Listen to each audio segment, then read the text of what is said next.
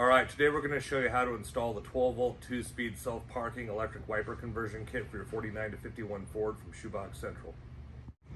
Go. All right, the very first thing that's going to happen is the wiper arms have to come off because the wiper transmission in the car is going to get dropped out.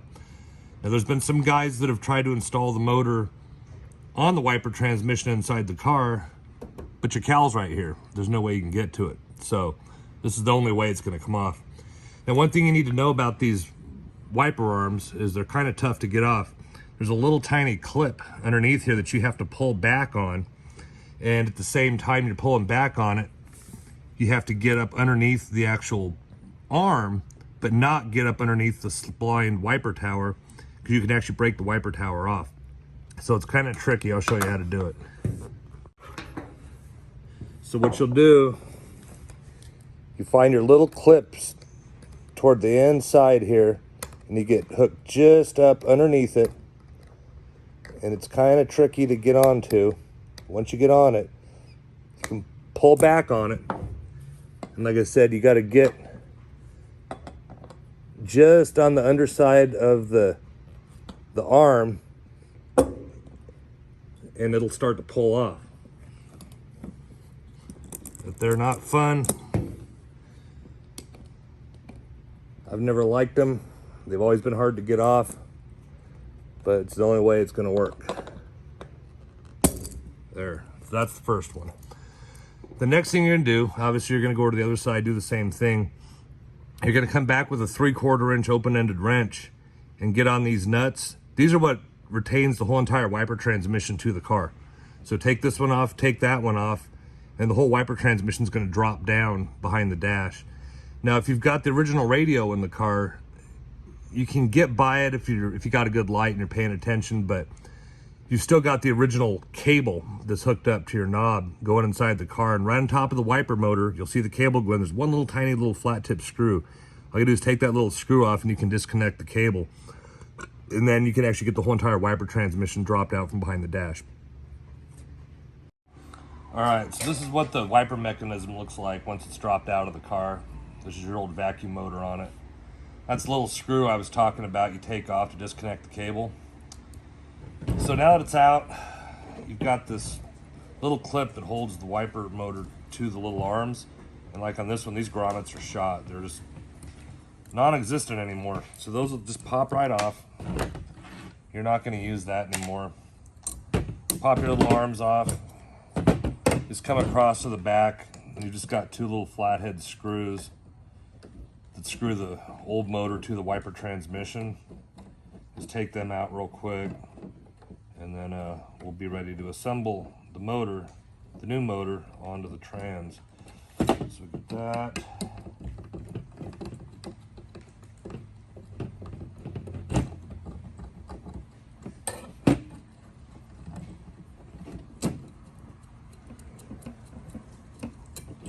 All right, so this thing's done, but just so you know, we do offer a $25 core charge fee on these vacuum wiper motors at Shoebox Central. So if you're not going to use it, you want $25 credit here, send it to us and you'll get $25 store credit. All right, now we're ready to drop the wiper trans onto the motor. And what you need to notice is the left side, if you're looking at it from the top, it's going to go behind the brackets. The passenger side is going to go ahead of the bracket. So lay the motor on its back, the wires coming out, that's the top of the motor. So you're going to drop them down, and when you do this, you got to drop the little grommets on. You're going to set it on there and line up these tabs with these screw holes.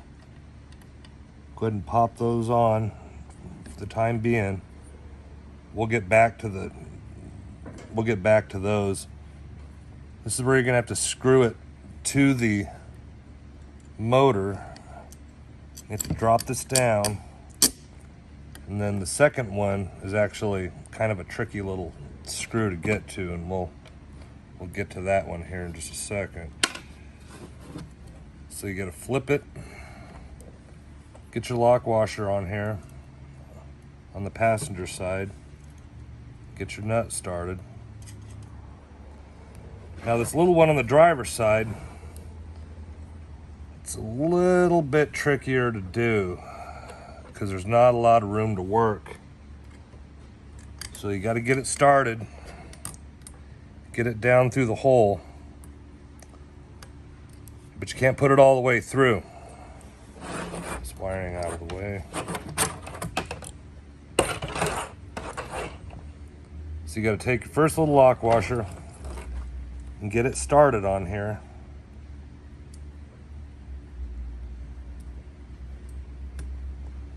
And then next, we're going to have to get the little nut started. And this is where there's not a lot of space here to work. But you got to get it dropped down in there. Get it started by hand. And then turn the screw and it should bite. And it did just finally bite. So tighten that, take your 3/8 and get on it. I'm gonna tighten that up real good. Now we'll go over to the other side. Tighten that one.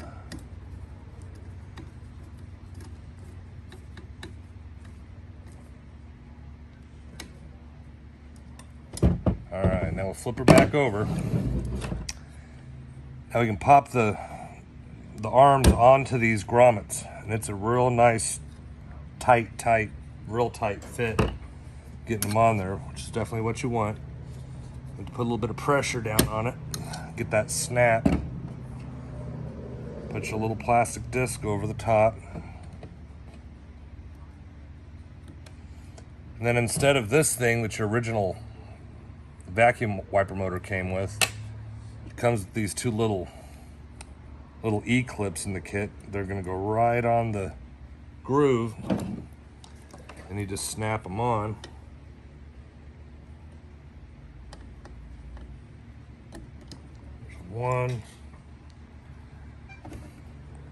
And the other one, which is kind of a tight spot. Let's get onto the end of the shaft, get up underneath the end of that little E-clip.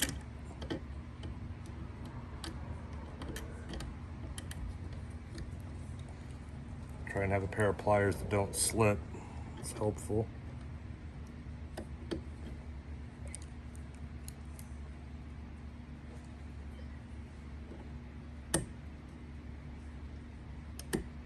All right, that one's on. So now this thing's ready to go back under the car. What I always do on a 49 or 50, this is just your ground wire. I'll just put a little ringlet connector on it, and I'll just usually use the one of the speaker grill screws. Obviously the rest of the harness here, this is going to go to your switch, which we'll cover next, and you just simply got a power wire. I like to run a little inline fuse to it. The instructions talk about that, and I'll just go to the accessory terminal on the ignition switch. So it's real simple.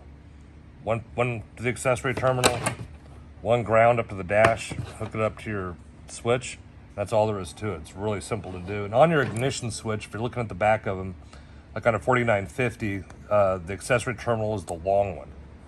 If you're looking at, say, like a 51 ignition switch, it's got 4 terminals on the back that are all the same size, but it'll say RAGA, which is radio engage, which is accessory in Ford speak.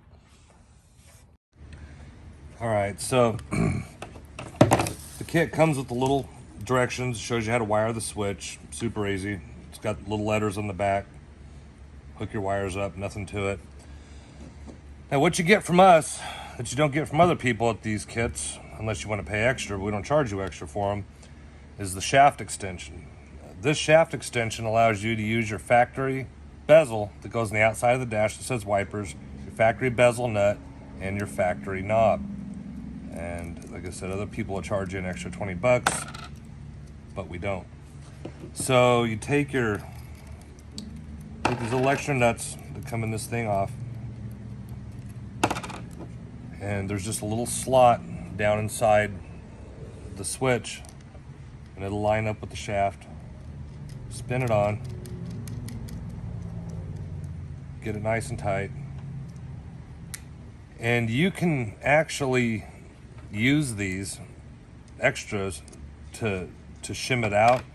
Your factory switch has a little stamped tin thing with a little D-shaped hole in it like this, the little fingers that point toward the dash. Reuse that.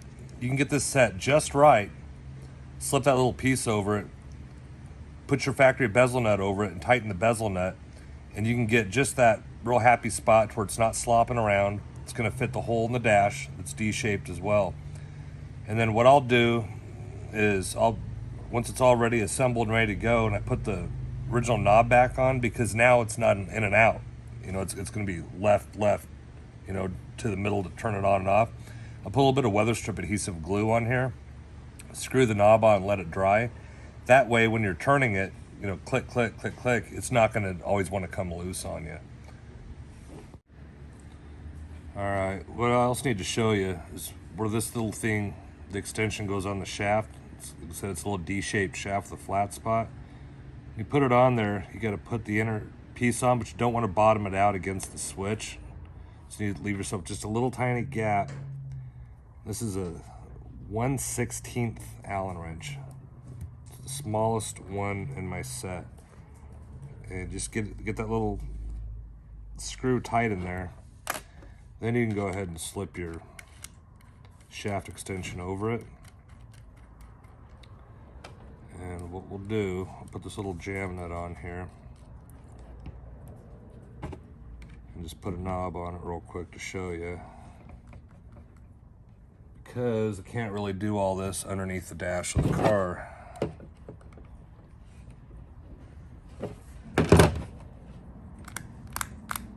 Alright, so there's our speeds. What we're going to do, it's going to run it off the battery just so you can see what we're doing here. So I got it grounded, got our power wire going. We'll just clip on here. Now we can actually see it in motion. So here's low speed.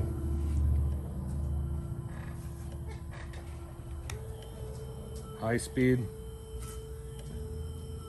No binding. And it always going to self-park. So right here I've got it running. If I turn it off right now, it just self-parked. What I recommend people do, once you get this installed back up in the car,